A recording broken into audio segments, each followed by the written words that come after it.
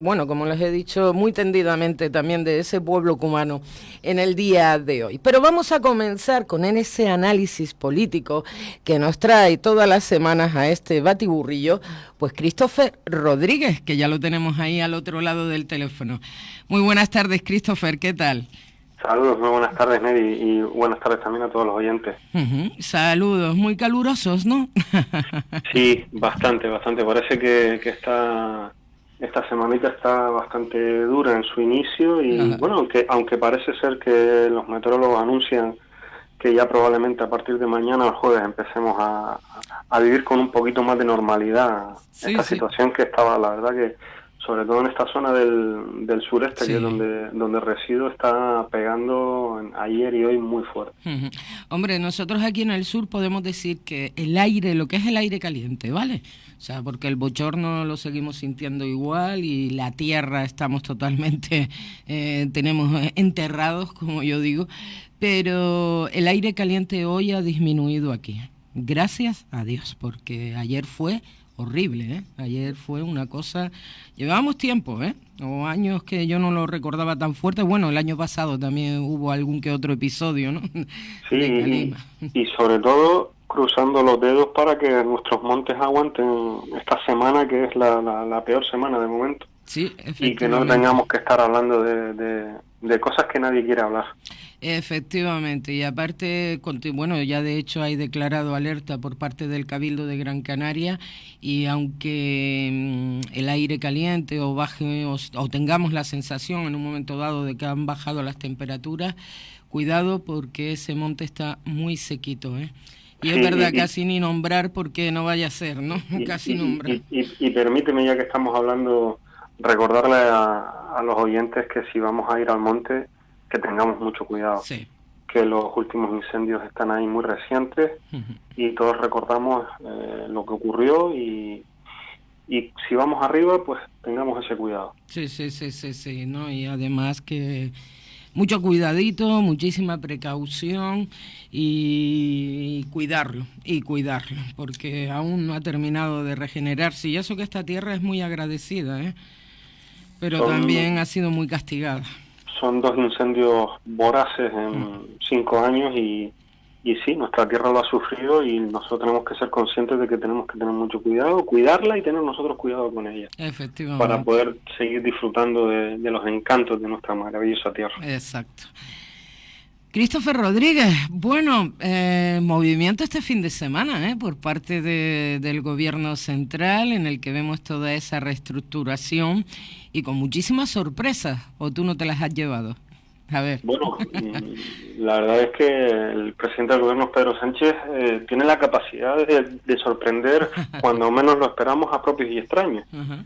Y sí, efectivamente ha sido una reestructuración importante que ha tocado prácticamente todos los ministerios y es una reestructuración que tiene varias claves que creo que es interesante que analicemos. Vale. En primer lugar, creo que hay que analizar las salidas. A mí particularmente hay dos salidas que me llamaron mucho la atención. Y además lo voy a nombrar por este orden. Primero la de Pedro Duque, el ministro de Ciencia, Uh-huh. que para mí ha sido de las dos, en clave de gestión, la más sorprendente, porque sí es verdad que ha tenido un perfil mediático muy bajo, pero los datos los tiene ahí y ha conseguido las inversiones históricas para la ciencia y la innovación. Cierto. Además, deja encima de la mesa la ley de ciencia y el Pacto por la Ciencia Nacional, que es un proyecto para dar estabilidad laboral a los científicos y una financiación estable independientemente de quién gobierna en España. Y vamos a ver qué va a ocurrir con esos dos proyectos porque ahora mismo están en fase de tramitación y los nuevos ministros que han llegado veremos qué pasos van a dar con eso. Como te digo, para mí esas de las dos salidas que más me llamaron la atención, la más. Luego, en clave política, la salida de Ábalos del Ministerio de Fomento Uh-huh. también me llamó mucho la atención. Es verdad que su perfil estaba bastante tocado con los ataques de la oposición acerca del viaje que hizo la vicepresidenta del gobierno de Venezuela y Sí. su encuentro con ella en el aeropuerto de Barajas, que le han asusado mucho, pero era un hombre fuerte y un hombre de peso, bueno, de hecho el número 2 de Sánchez en el gobierno y en el Partido Socialista. Luego hay otras salidas que no son tan sorprendentes. Por ejemplo, la de González Laya en Exteriores está muy cuestionada por la decisión de atender al líder del Frente Polisario, sí. y ese enfrentamiento que tuvo con Marruecos le ha pasado muchísima factura. Ahora mismo, según fuentes internas del propio Gobierno de España, el Ministerio de Asuntos Exteriores no tenía ningún tipo de interlocución con Marruecos, en una situación que es necesaria que se tiendan esos puentes de plata para volver a tener una relación lo más fluida posible con ese socio del sur. Otra salida, la de Isabel Celaá, ministra de Educación, la más cuestionada del gobierno, ha tenido una contestación muy fuerte con la LOMLOE, con la famosa ley Celaá, que la ha desgastado muchísimo, y de hecho ha sido tal el desgaste que ni siquiera ha podido sacar adelante en el currículum ni el Real Decreto de Evaluaciones, que están pendientes de ser revisadas por el Consejo Escolar del Estado. Luego, Uribe, la salida de Uribe de Cultura, se fue como llegó, prácticamente con las manos vacías, y no cumplió ninguno de los objetivos que se había marcado, y además muy enfrentado con el sector. Luego, la salida del ministro de Justicia, Juan Carlos Campos, pues estaba claro que la concesión de los indultos iba a provocar un antes y un después en la agenda política española, y de hecho la está marcando como punto principal en el día de hoy, y Campos fue el gran damnificado de toda esta situación. Ahora mismo se inicia una etapa nueva y se encara el conflicto en Cataluña con un perfil menos desgastado como la del Pilar Job. Veremos en qué termina esta nueva fase que se inició precisamente con esos indultos de los que Juan Carlos Campos pues se ha visto muy desgastado. Yo creo que Sánchez con estas salidas lo que intenta es cerrar cualquier herida que pueda suponer un desgaste político y un desgaste electoral en esta etapa nueva que se abre. Es una etapa que va a estar centrada en la recuperación económica y en la gestión de los fondos europeos. Sánchez tiene una obsesión y además creo compartida además por el seno del Partido Socialista. En el seno del Partido Socialista hay la visión de que el PSOE nunca ha sabido gestionar una recuperación económica en nuestro país. Las dos veces que han estallado recientemente crisis económicas, ha cogido al PSOE en el gobierno y ha provocado la salida del PSOE de esos gobiernos. Sánchez tiene una obsesión con eso, y en el PSOE hay una obsesión con eso de que los socialistas también son capaces de gestionar recuperación económica, y por eso en esta segunda etapa de la legislatura Sánchez va a enfocar toda su estrategia en esa recuperación económica. De ahí que, por ejemplo, el nombramiento de Nadia Calviño como número 2, sin duda es un guiño a Europa y a esa gestión de los fondos de recuperación COVID. Esa, como te digo, es la nueva base que va de la estrategia de Sánchez, y va a estar la recuperación económica por encima de cualquier otra cuestión. Luego también tenemos, por otro lado, la llegada de José Manuel Álvarez en Exteriores, de Pilar Alegría en Educación, de Isabel Rodríguez en Política Territorial, Diana Morán en Ciencia, que no son perfiles tan políticos como los salientes. Digamos que incluso podrían hasta tener un perfil un poco más bajo que algunos pesos pesados que han salido, y esto a mí me da a entender que la nueva estructura del gobierno se refuerza para que sea mucho más presidencialista que ahora. Eso puede suponer un riesgo para el propio presidente Sánchez, porque sí es verdad que si el gobierno puede ser muchísimo más presidencialista ahora, todos los logros se centrarán en su figura, pero también no tiene ningún parapeto ministerial delante con peso político como podría ser Ábalos o como podría ser Carmen Calvo, que le frenen esos ataques que va a recibir por parte de la oposición. Puede ser una estrategia que se la va a jugar bastante. Sánchez también se la ha estado jugando desde el principio, ¿no? Sí, sin duda. Ha tomado decisiones complicadas, complejas, y bueno, veremos si los resultados electorales confirman o no que su estrategia. Y hay una salida que sin duda es en clave de partido político, no en clave de gobierno ni en clave de Consejo de Ministros. ¿Cuál? Que es la salida de Iván Redondo. El gurú de Sánchez se marcha. Bueno, él dice que se marcha, otros dicen que le invitaron a marcharse. Surge porque Sánchez lo que pretende es calmar las aguas dentro del PSOE. No es... o sea, esto es un guiño más bien al partido, ¿no? Sí, no se le oculta a nadie que sí, Iván Redondo nunca que ha caído bien dentro del partido, ¿no? Es un independiente que ha tenido mucho poder dentro de ese gobierno, dejando incluso a veces a un lado al propio partido, y eso ha sentado muy mal en unos cuantos varones. Uh-huh. No olvidemos que el PSOE tiene su congreso en octubre, sí. Y bueno, Sánchez con lo que pretende es revalidar su secretaría general de una manera lo más tranquila posible. Y yo creo que esta salida de Iván Redondo es precisamente un guiño a calmar las aguas dentro del PSOE.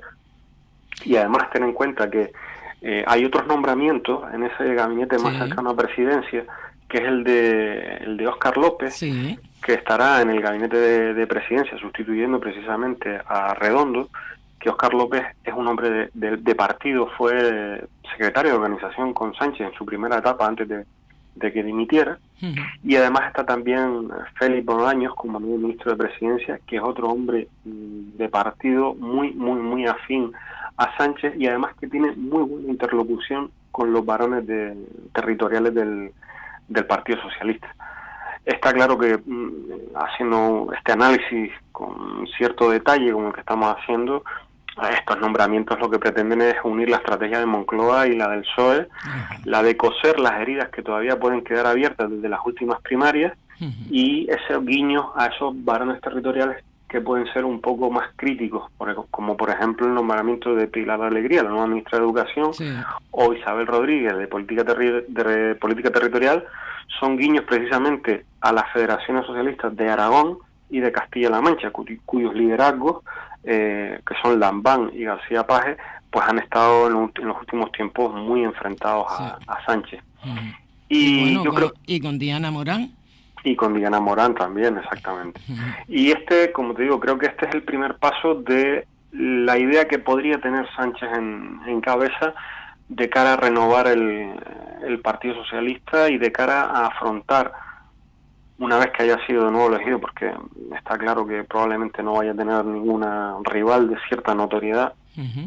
si tuviera alguno incluso. No, todavía es en octubre, ¿no? Sí, pero la situación está bastante clara, no hay ese desgaste interno como para que pueda haber alguien que presentándose le vaya a arrebatar el liderazgo del partido. En estos momentos es muy complicado. Y además con estos movimientos está, como te digo, tranquilizando mucho a los feudos del partido, ¿no? A los feudos del Partido Socialista. Uh-huh. Y bueno, esto, como te digo, desde mi punto de vista es lo que se puede vislumbrar de lo que vendrá en esa renovación del PSOE. Uh-huh. Puede crearme una dirección con nuevos perfiles, uh-huh. Y además deshaciéndose quizás de muchos apoyos que él tuvo que necesitar cuando afrontó de nuevo la dirección del PSOE, con un liderazgo que era más débil que el que tiene ahora. Bueno, prácticamente soy de tu opinión, ¿no? En el aspecto de que veo un viraje más hacia el partido, ¿no? Hacia afianzar, ¿no?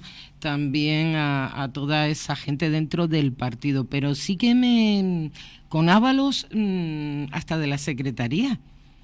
La organización, de secretaría de organización, ¿no? Es que yo Ábalos se ha ido muy descontento, ¿eh? Yo creo que el abandono de Ábalos de la secretaría de organización es precisamente una muestra de su malestar. Yo creo que lo cogió por sorpresa a él y a todos prácticamente, porque estaba haciendo el parapeto de Sánchez. Se estaba llevando prácticamente poniendo la cara para llevarse todos los palos. Es sorprendente esa salida de Ábalos, y yo creo que su marcha a la Secretaría de Reorganización es una respuesta a que Sánchez no haya contado con él para un ministerio. Y no descartemos incluso que Carmen Calvo también termine abandonando la dirección federal del PSOE, siguiendo la misma línea que Ábalos. Estamos ante una tendencia de Pedro Sánchez a renovar el partido para precisamente prepararlo para esa batalla electoral que está prevista para dentro de 2 años, que puede ser muy intensa a tenor de las encuestas que estamos viendo día tras día y que no están siendo nada buenas precisamente ni para el PSOE ni para un bloque progresista en este país. Pues una remodelación que vamos a ver cómo funciona por parte del gobierno canario. Estaban hablando a ver si se iban a continuar con esos consejos bilaterales, ya que teníamos ahí pendientes y ya habían avanzado, ¿no? Pues con los anteriores ministros, tanto transporte como también el REF, que lo tenemos ahí, esa petición también del gobierno canario de ser el que lleve costas, ¿no? Y no depender de Madrid. ¿Tú cómo crees? ¿Continuarán en la misma línea los ministros con esas conversaciones que ya se habían llevado a cabo, por ejemplo, con esta tierra canaria? Y con lo que hablabas antes de Pedro Duque, por ejemplo, también Calvo dejaba en el tintero esa ley de memoria histórica, ¿no? De memoria democrática. De memoria democrática, que iba también a salir adelante. ¿No crees que continúen, o por lo menos acabar con lo que ya habían empezado los compañeros, los nuevos ministros? Hay que analizar desde el punto de vista de Canarias, analizar estos cambios en dos vertientes. Por un lado, hay temas que ya estaban muy avanzados, como los convenios de carreteras, sí. Como la cesión por parte del Gobierno de España de la gestión de las aguas territoriales, que eso incluso estaba dentro del Estatuto de Autonomía. Hay cosas que están muy avanzadas y que habrá que ver si estos cambios ministeriales incluyen la remodelación en segundas y terceras líneas técnicas del Gobierno. Hablamos de Secretarías de Estado y hablamos de direcciones generales. Uh-huh. Si no tendría por qué, más teniendo en cuenta que estamos a mitad de legislatura. Claro. Si esos cambios no se producen en esos perfiles técnicos, pues yo creo que las cuestiones pueden seguir avanzando. Ahí es donde está la clave de todo este tipo de negociaciones y de todos estos temas que ya están puestos sobre la mesa y que ya están bastante avanzados. Y luego está, por otro lado, aquellos temas que estaban quizás medio apalabrados, pero no se habían desarrollado mesas bilaterales para tratarlos en profundidad, que ahí sí entiendo que habrá que empezar prácticamente de cero con los nuevos ministros. Bueno, vamos a ver. Veremos los próximos días y las próximas semanas cómo se van sucediendo los acontecimientos, pero yo sí tengo esa impresión de que en aquellas cuestiones que ya estén avanzadas en mesas bilaterales, si no hay cambios de segundas líneas, ni de terceras líneas, ni cambios en la estructura técnica de los ministerios, saldrán adelante y el resto pues tendrá que hacer un esfuerzo del Gobierno de Canarias para que se vuelva a poner en agenda. Sí, iremos viendo cómo va transcurriendo y vamos a dejarle también un tiempo a los nuevos ministros, ¿no? Que se habitúen y cojan y asuman bien sus carteras. Vamos a ver, Cuba, Christopher. ¿Qué está pasando con el pueblo cubano? Hoy precisamente vamos a hablar, después de ti, ¿vale? Estará en nuestros estudios un escritor cubano, Carlos Armando Ramos, que nos va a contar, ¿no?, en primera persona lo que está sucediendo. Pero bueno, toda esta oleada de protestas que no se veían desde el año, si mal no recuerdo, desde 1980, que fue y ocurrió solamente en La Habana. Porque yo recuerdo que aquellas protestas en aquel momento ocurrieron solo en La Habana, en la capital, y ahora vemos que las protestas, precisamente todas estas manifestaciones, han comenzado pues de una punta a la otra punta de la isla, ¿no? Y con el silencio que ya han impuesto, con el tema de cortar internet, sacar directamente a los militares también a la calle. No sé, ¿qué opinión te merece todo lo que está pasando en Cuba, Christopher? Bueno, yo creo que lo primero que tenemos que hacer es poner en antecedentes a los oyentes y retrotraernos un poco en la historia de manera somera. Uh-huh. Desde que cayó la Unión Soviética, que era el principal aliado de Cuba y su principal, socio, Cuba se volvió muy dependiente de Venezuela. Hasta ahí, más o menos, la situación dentro del país. La URSS en aquel momento, ¿no? Sí, desde que cayó la Unión Soviética, Cuba se volvió muy dependiente de Venezuela. Pero ¿qué ocurre? Que la crisis que está sucediendo en Venezuela, a raíz también de los embargos comerciales provocados por Estados Unidos, a la isla la ha dejado muy tocada y a la maltrecha economía cubana pues la ha dejado en una situación muy débil. A eso hay que añadir que durante la administración Trump se hizo muchísimo más duro el embargo a la isla.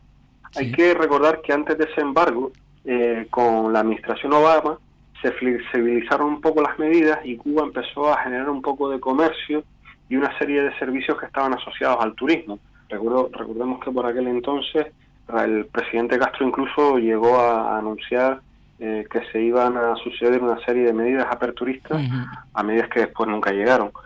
Después también hay que recordar que cuando se empezó a desarrollar este pequeño avance económico con estas medidas de flexibilización de Obama, para ser más atractiva y más competitiva la economía, en Cuba las dos monedas que estaban en circulación se fundieron en una sola, para intentar atraer más inversión a la isla y que se generara esa economía. Pero eso lo que hizo fue provocar una gran pérdida de poder adquisitivo en la mayor parte de la población. Y a su vez, la vuelta al embargo por parte de Trump incluyó también la llegada de divisas al país, que además era la segunda fuente de ingresos más importante después del turismo. Sí.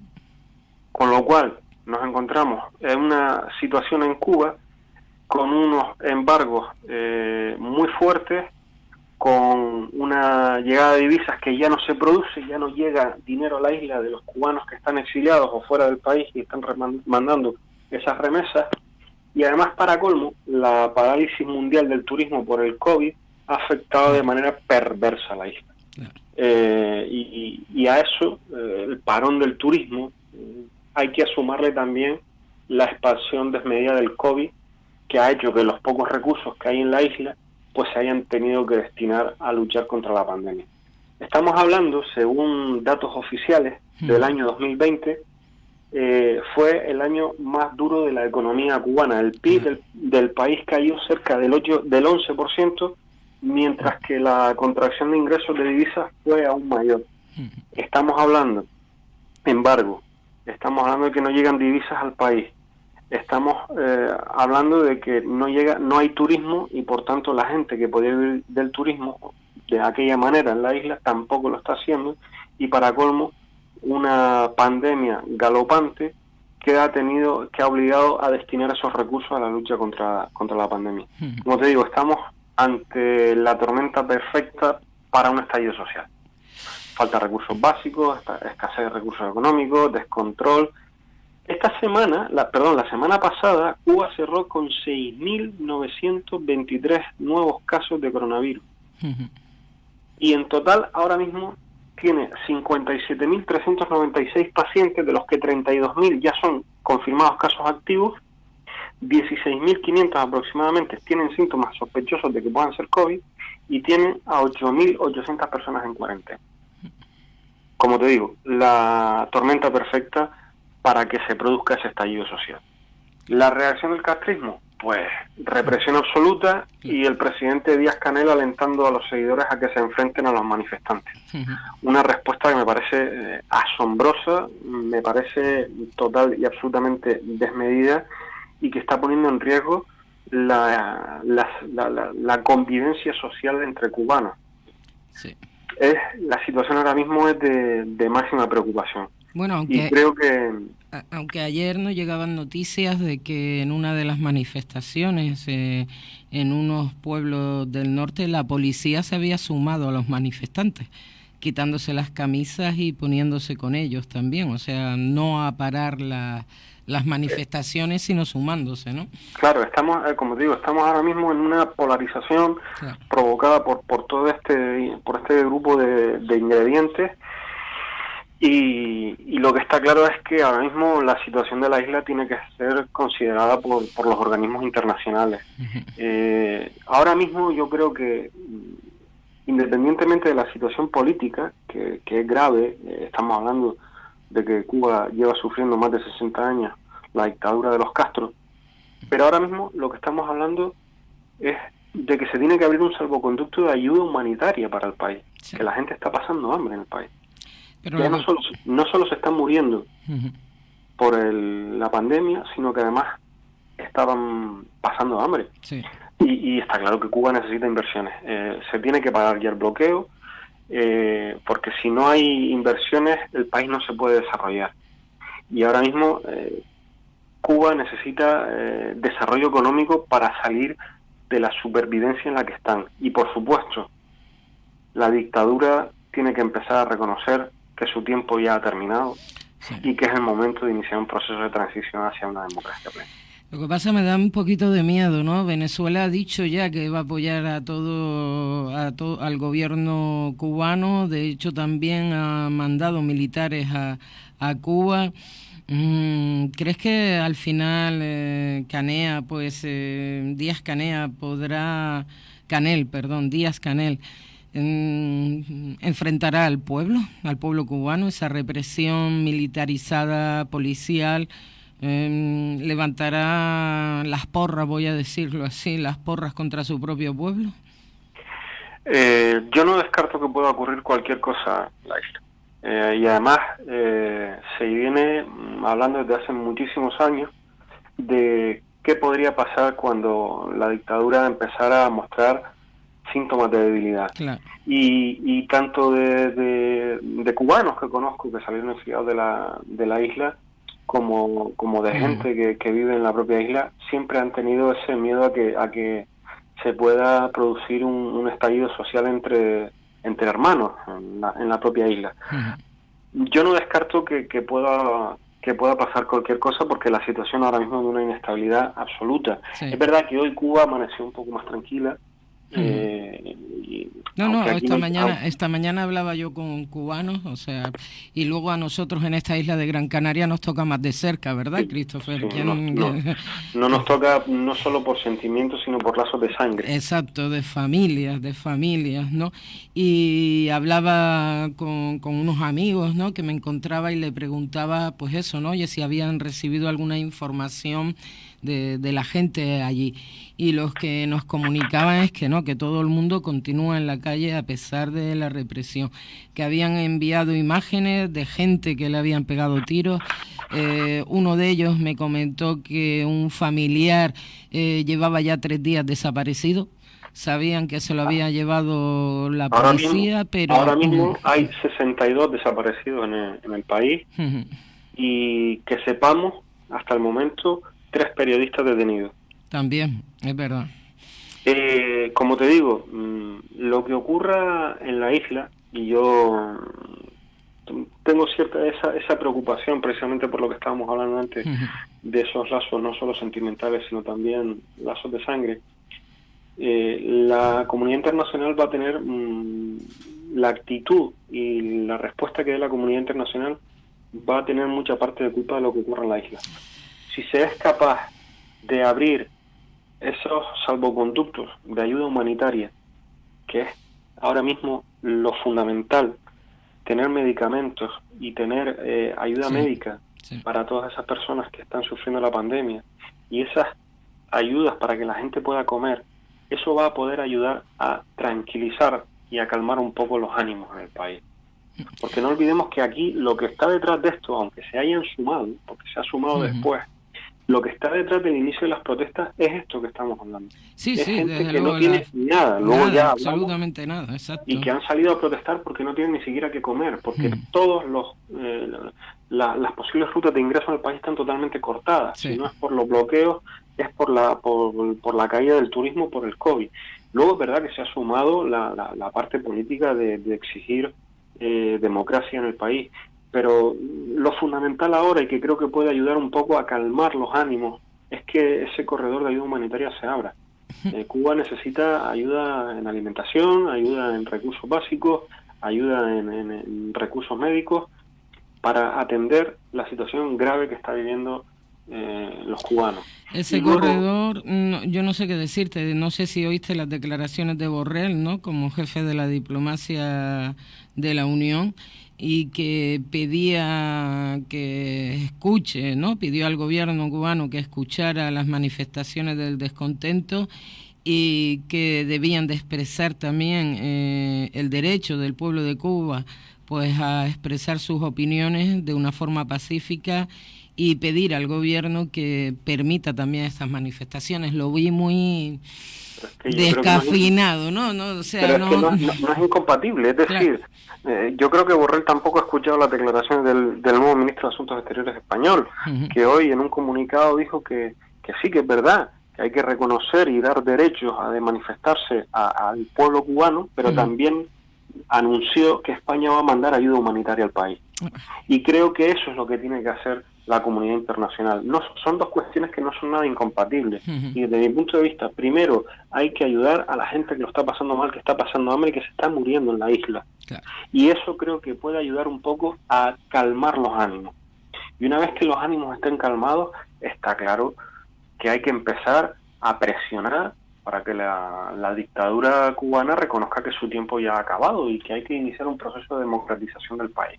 Sí. Que además es un proceso de democratización del país que debe estar sí observado por la comunidad internacional, pero no tutelado por nadie. Eso es un proceso democrático al que tiene que enfrentarse el pueblo cubano, y el pueblo cubano es el que con sus aciertos y sus errores, como hicimos nosotros los españoles en el 78, momento, ¿no? Tienen que avanzar. Claro. Ese proceso de democratización del país, si intentáramos que lo tutelara Estados Unidos, la Unión Europea, Rusia, etcétera, estaríamos cometiendo un grave error. Tenemos que dejarles a ellos que decidan su propio futuro. Pero antes de eso, y que digo, no es incompatible, tenemos que dar esa ayuda humanitaria. Bueno, pues vamos a ver si llegan esos corredores, ¿no?, de ayuda humanitaria tan necesaria. Y por supuesto, también que él los deje entrar, porque después tenemos también a Díaz-Canel que como nos decían hoy, dice, oye, Neri, es que yo mando dinero y tampoco lo deja entrar, o sea, es que claro, no deja entrar absolutamente nada, ¿no? Es lo que estábamos hablando antes, las ayudas de divisas suponen el segundo... ingreso más importante del país después del turismo, pero es que el bloqueo de los Estados Unidos también ha cortado incluso esas divisas, que era lo que ayudaba a la gente a poder subsistir dentro del país. Sin duda la situación es complicada, es compleja, y como digo, la comunidad internacional, desde mi punto de vista, lo primero que hay que hacer es atender las necesidades básicas de alimentación y de recursos sanitarios para la población, y que eso, insisto, no es nada incompatible con exigir un proceso de transición democrática. Y por supuesto, si me lo permites, mostrar todo mi apoyo y solidaridad, como no puede ser menos, al pueblo cubano y a toda la comunidad cubana que vive en nuestra tierra. Sí, por supuesto. Nuestro apoyo siempre lo tendrán y ellos lo saben bien, de los canarios también, ¿no? Vamos a ver otra noticia antes de despedirte, Christopher, que quería comentar contigo, porque hoy había pleno extraordinario en el Parlamento Canario para hablar del régimen económico y fiscal, ¿no?, y esos incumplimientos por parte de Madrid, y la diputada y portavoz de Ciudadanos en el Parlamento, Vidina Espino, puso su guinda, ¿no? Ha dimitido precisamente en el día de hoy de su cargo, y bueno, lo que no me queda aún muy claro, si también como diputada, o únicamente que deja Ciudadanos, Vidina Espino. Bueno, ¿qué opinión te merece esto? Bueno, nos estamos acostumbrando últimamente demasiado a ver bajas en Ciudadanos, que es prácticamente a una o dos diarias. Y a mí me parece loable que Vidina Espino haya tomado esa decisión, pero yo creo que lo que ha hecho es buscar la excusa perfecta para marcharse de un partido que está ya en un proceso de demolición absoluto. Y creo que antes de que se hundiera el barco ha decidido marcharse, pues con la excusa de que su partido, pues a nivel en el Congreso de los Diputados, ha apoyado esa propuesta del REF que el propio Parlamento de Canarias está en contra. Me parece un argumento que puede quedar bien de cara a la galería, pero me parece que detrás de todo esto lo que hay es una espantada lo antes posible, porque el proyecto de Ciudadanos ya huele a muerto. y quizás no sabemos si es que no quiera quemar su imagen porque a lo mejor pueda que vaya en otra candidatura, no sería de extrañar, visto cómo han terminado muchos. Puede ser, porque son muchas las voces que también hablan de que Coalición Canaria, por ejemplo, está acogiendo, ¿no?, a muchísimos y muchísimas personas que precisamente se han ido de Ciudadanos, que pertenecían al equipo político de Ciudadanos. Christopher, mira, me acaba de llegar un comunicado por parte de Ciudadanos. ¿Te importa que te lo diga? Sí, no, por pues favor. precisamente es que estaba esperando precisamente a ver porque no se habían pronunciado. Y dice, la señora Vidina Espino ha anunciado que abandona el proyecto antes de que la sustituyamos al frente de la portavocía del Parlamento de Canarias. Dicen que la señora Espino conocía de primera mano que el próximo 21 de julio debía abandonar la portavocía y que ésta pasaría a manos de Ricardo Fernández de la Puente. Desde Ciudadanos seguimos trabajando por defender los derechos de las islas y esperamos que la señora Vidina sea coherente con el código ético que en su momento firmó y abandone su escaño. Ojito, cuidado, ¿eh? Desde Ciudadanos Canarias seguimos defendiendo el REF, como demuestra el hecho de propiciar el aumento de los beneficios fiscales para el sector audiovisual. También Ciudadanos lleva defendiendo la especial condición de región ultraperiférica de Canarias desde su principio, y así lo demuestra el hecho de ser el único proyecto a nivel nacional que cuenta con una agenda específica para Canarias. Para nosotros, el REF es una herramienta que nos iguala con el resto del territorio nacional y así lo seguiremos difundiendo. El REF es defendido en Europa como región ultraperiférica desde siempre y posteriormente, gracias a Ciudadanos desde 2014, primero por Javier Nar y después por Garicano. Es que creo haber visto también, mientras estaba hablando contigo, una noticia en la que hablaba Vidina Espino de que precisamente también se iba o presentaba su dimisión porque Ciudadanos no había defendido el REF. Pues el comunicado que te acabo de leer es completamente contrario a lo que decía Vidina Espino y es del partido. A ver, lo que está claro es que, bueno, sí, esa información es la oficial por parte de la señora Espino, de que abandona por cuestión de coherencia moral ante el apoyo de su partido a nivel nacional en contra del REF. Ya comentábamos algo anteriormente de ese comunicado, de que estaba un poco cogido con pinzas, porque por esa regla de 3 deberían haber dimitido todos los diputados del Parlamento de Canarias, que tienen su partido representación a nivel nacional. Esta vez es un argumento que está bastante cogido con pinzas, y ahora comparándolo con el comunicado oficial de Ciudadanos, lo que está claro es que aquí alguien miente. Aquí, ¿verdad? Y no somos nosotros. No, te aseguro que nosotros no. Lo que sí, o te puedo decir yo desde estos micrófonos, de que sí nos había llegado noticias a nosotros de que, por ejemplo, una parte de Ciudadanos en Las Palmas, pues prácticamente habían sido asumidos por Coalición Canaria.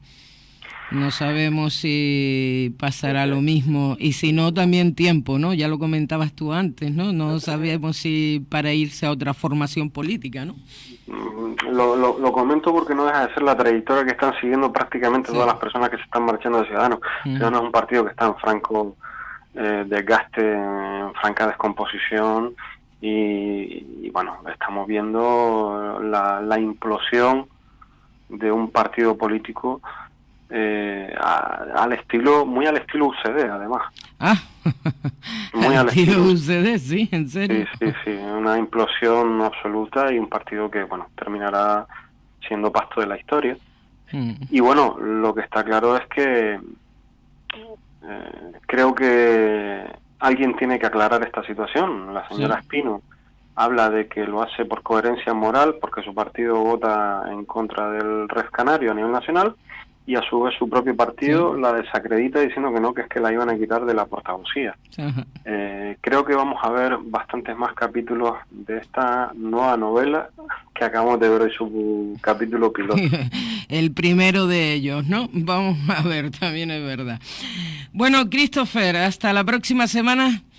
Un placer, como siempre. Gracias a ti, porque de verdad que nos ha gustado mucho tus comentarios a lo largo de este ratito que hemos pasado. Muchísimas gracias, Christopher Rodríguez, y lo dicho, hasta la próxima semana. Saludos. Hasta la próxima semana. Saludos. Nosotros continuamos, más cositas que contarles en este batiburrillo. No se me vaya, enseguida estamos de vuelta.